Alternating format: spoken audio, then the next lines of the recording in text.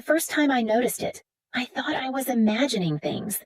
The tea Cassian brought me every night, chamomile with honey. The way our mother used to make it had a faint aftertaste I couldn't place. Bitter, almost metallic. I told myself it was just the brand, maybe a different box from the store, nothing more. But the way I felt afterward was harder to ignore. For weeks now, I'd been falling into unnaturally heavy sleep, the kind that left me groggy and disoriented long after sunrise. I'd wake to my alarm blaring, head pounding, as though I'd been drugged. I told myself it was the stress of long days at the university archives, the fluorescent lights and endless stacks of dusty records. Still, the feeling clung to me, unsettling and wrong. It wasn't only the sleep. Some mornings, small things seemed off. My laptop left closed when I knew I'd left it open. My purse sitting at a slightly different angle on the chair, a drawer in my desk half open, though I never left it that way. At first, I blamed myself. Distraction, fatigue, memory lapses, but deep down, unease crept in. The house was mine now, after our parents passed, and the only other person living here was Cassian. My brother had moved in 6 months earlier, claiming he needed time to get back on his feet. He kept odd hours, disappearing for days and then reappearing with vague stories about consulting jobs. I wanted to believe him. He was my brother. But his eyes lingered too long when he handed me that blue ceramic mug every night, watching me drink as though it mattered.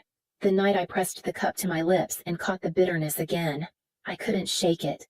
I stared at the steam curling upward, memory flashing of every time I'd woken foggy, every misplaced object, every unsettling gap in my recollection.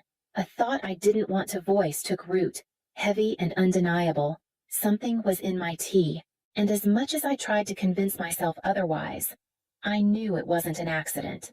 That night, I resolved to test him. The next evening, I steadied my hands as Cassian slid the mug toward me across the kitchen table.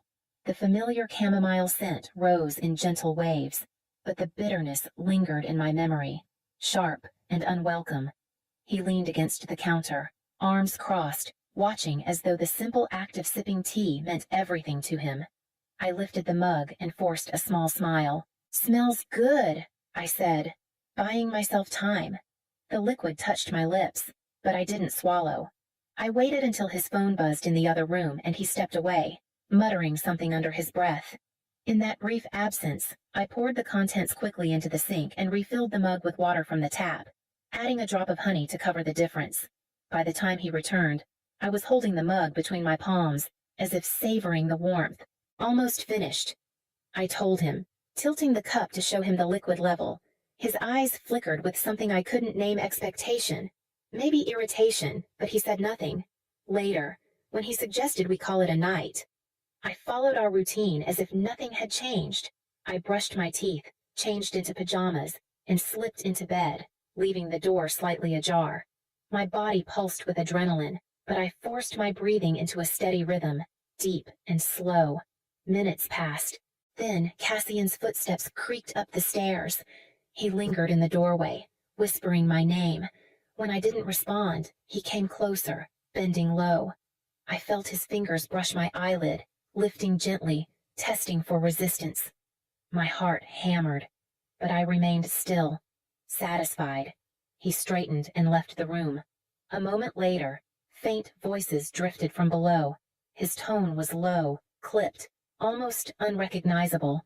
There was a sharpness to it, a precision that didn't belong to the brother I thought I knew. I lay frozen under the covers, realizing the test had worked. Cassian truly believed I was unconscious.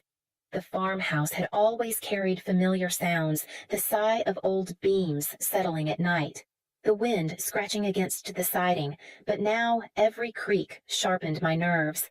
I lay stiff beneath the quilt, eyes narrowed just enough to trace Cassian's shadow as it shifted across the bedroom. He didn't pause near the bed. Instead, he crouched in the far corner by the window, the place our father once took pride in finishing with hand-sanded oak planks. At first, I thought he was searching for something dropped, but then I heard the faint scrape of metal against wood. I dared a glance. In his hand was a narrow pry bar, one he must have smuggled upstairs without my noticing. With practiced precision, he wedged it beneath the boards and levered them up, each movement controlled, silent. My breath caught. He had done this before. The plank lifted smoothly, revealing a cavity beneath. Cassian reached inside and drew out a metal box, dull with age but locked tight. He rested it on the floor and opened it with delicate care, as though its contents were sacred. Even from the bed I saw the thick bundles of cash, edges crisp and new. He set them aside and withdrew a neat stack of passports, not one, but several, each bearing his photograph under different names. My stomach twisted. The next items were photographs, spread across the floor with eerie precision. Women stared back in grainy images, some captured in daylight, others under the glare of street lamps. All of them bore a resemblance: dark hair, similar build, mid-30s. None of them were me, yet every face made my pulse quicken. Were they strangers he had followed, or women who once trusted him, as I had? Cassian studied the photographs with an expression I couldn't place, half calculation, half satisfaction. A faint smile tugged at his mouth, one that belonged to someone I didn't know. Slowly, he replaced everything into the box, set the plank back in place, and pressed it flush with the floor. I squeezed my eyes shut as his footsteps shifted toward the bed, my body motionless beneath the blanket. Inside, the truth thundered. My brother had carved a secret life into the bones of our childhood home, and I had just seen the proof. Sleep never came to me that night. I lay rigid in the dark, my mind spinning back through every oddity I had brushed aside. The laptop left warm on mornings when I was certain I had shut it down. The purse that never seemed to sit exactly where I'd placed it. Bank alerts I dismissed as clerical errors, small withdrawals, quick logins from unknown devices. Each one had been a warning, and I had silenced them. The more I thought, the more threads connected. 3 weeks ago, I woke to find my phone on the nightstand, though I'd left it charging in the kitchen. Another time, a file from the university archives had been pulled up on my laptop, one I hadn't touched in months. I told myself fatigue made me careless, but I knew now that Cassian had been watching, testing, collecting. The betrayal cut deeper because it wasn't just any intruder, it was my brother. Memories surfaced of our parents last year, when I stayed to care for them while Cassian drifted in and out with excuses about work on the coast. At the reading of the will, the farmhouse deed was placed in my hands. He had smiled then, but the sharpness in his eyes betrayed him. "You always get what you want, Ilyana," he'd muttered afterward. "The house should have been mine." I'd laughed it off at the time, unwilling to admit how much resentment pulsed under his words. He was the eldest, yes, but he had been absent when it mattered most. I never questioned why our parents entrusted the farm to me. I believed Cassian had moved on, that he only needed a place to steady himself, but watching him unearth a box of cash, passports, and photographs proved otherwise. This wasn't simply about old family bitterness or wounded pride. Something larger was unfolding, and I was caught in its center. I sat upright the next morning, dizzy with the weight of what I now knew. It was no longer possible to dismiss the signs.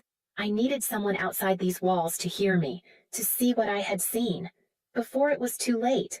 By the time I arrived at the university the next day, my nerves were stretched so thin I could hardly keep my hands steady on the steering wheel. The farmhouse felt dangerous now, each creak of wood carrying Cassian's shadow. I needed someone who wouldn't dismiss my fears as stress or paranoia. That someone was Corinne Latham. We'd met years ago when she took a part-time job in the archives while working toward her paralegal license. She was sharp, practical, and not afraid to tell me when I was overthinking. If anyone could help me untangle this, it was her. We sat across from each other in a small cafe near campus. I stirred my coffee, trying to find the right words, before finally whispering, "I think Cassian's been drugging me." Corinne froze, her spoon clinking against the saucer. "Drugging you, Ilyana. That's serious. Why would you think that I told her everything, the bitter taste in the tea, the nights of heavy sleep, the floorboards, the box? I even described the passports and the photographs of women with hair like mine. Saying it aloud made it sound unhinged, yet Corinne's face only grew paler. "Let me check something," she said, already pulling out her laptop. Over the years, she'd developed a knack for digging into public records. Within minutes, she was scrolling through employment databases. Cassian told you he consults in Portland. Right. I nodded. She turned the screen toward me. There's no record of him ever being employed by that firm. Nothing under his name. And when I ran his social security number, it didn't match correctly in the system. It's flagged as inconsistent. I felt a chill that had nothing to do with the cafe's draft. So he's lying about his job. And maybe about more than that. Corinne leaned closer, lowering her voice. Ilyana, you need evidence. Real evidence. If you go to the police now with just suspicion, they'll brush you off. But if you can show what he's doing, photos, recordings, documents, then they'll have to listen. Her words settled over me like a command. Proof. That was the only way forward. That night, I returned to the farmhouse with a plan already forming in my mind. That evening, I moved through the house with deliberate calm, though my heart thrummed with every step.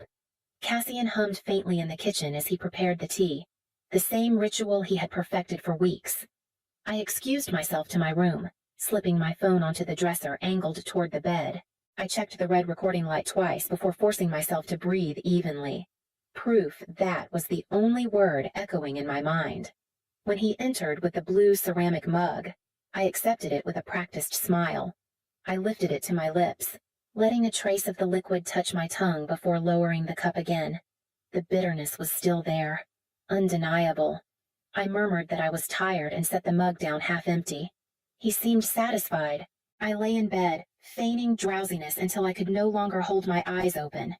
This time, though, the camera watched with me. The next morning, after Cassian left the farmhouse, I locked the door and rushed to my phone. 8 hours of footage waited. I scrubbed forward, my pulse quickening as I saw myself lying motionless. The picture of sleep. At midnight, Cassian appeared in the frame. He stood over me for a long moment, calling my name softly, then shaking my shoulder. My body never stirred. He smiled. I watched him cross the room, lifting my purse from the chair and emptying its contents onto the desk. He photographed my driver's license, scribbled numbers from my bank cards, even unfolded slips of paper with passwords I kept hidden. When he moved to my laptop, my stomach turned. He opened it with ease, typing quickly as though he already knew the password. Near 3 a.m, he made a call, pacing near the window. My phone picked up fragments. Timeline is good. She doesn't suspect. The medication works. The others were handled. I gripped the edge of the dresser, nausea rising. He placed everything back carefully, kissed my forehead, and left as if nothing had happened. By sunrise, the evidence was undeniable. My brother was not just drugging me, he was planning something far larger, and I was next on his list. I met Corinne the following afternoon at her apartment, the folder she placed on the table already thick with printed pages. She didn't waste time with pleasantries.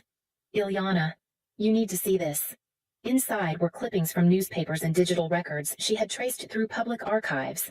The first was from Seattle, a woman in her 30s, brunette, gone without a trace 2 years ago. The second came from Sacramento, another woman, same age range, same dark hair, reported missing after last being seen leaving work. The third was from Phoenix, a nearly identical story. All three had bank accounts drained within weeks of their disappearance. All three had professional positions that granted access to financial or institutional records. And all three, I realized with a sinking stomach, looked hauntingly similar to me. Cassian has a pattern, Corinne said. He targets women who can open doors for him, women he can erase. I stared at the photographs, my throat tightening. You think he's done this before? She met my eyes, grim. I think he's done this more than once. And I think you're next. The words rang like a verdict. My hands shook as I passed the papers back to her. We have to go to the police. That evening, we sat across from Lieutenant Darius Cole at the Salem Police Department. He listened carefully as I described the tea, the floorboards, the recordings. Corinne slid the folder across the desk, her research neat and damning. Cole leaned back, folding his hands. This is troubling, but it's still circumstantial. What you've given me shows suspicion, not intent. To make an arrest, we need direct evidence of a crime about to happen or happening. My chest tightened, so I just wait. Pretend to drink what he gives me until he slips. Cole's expression softened. I know that sounds unbearable. But if your brother is planning something, catching him in the act is the only way to stop him for good. We'll position officers nearby. You won't be alone.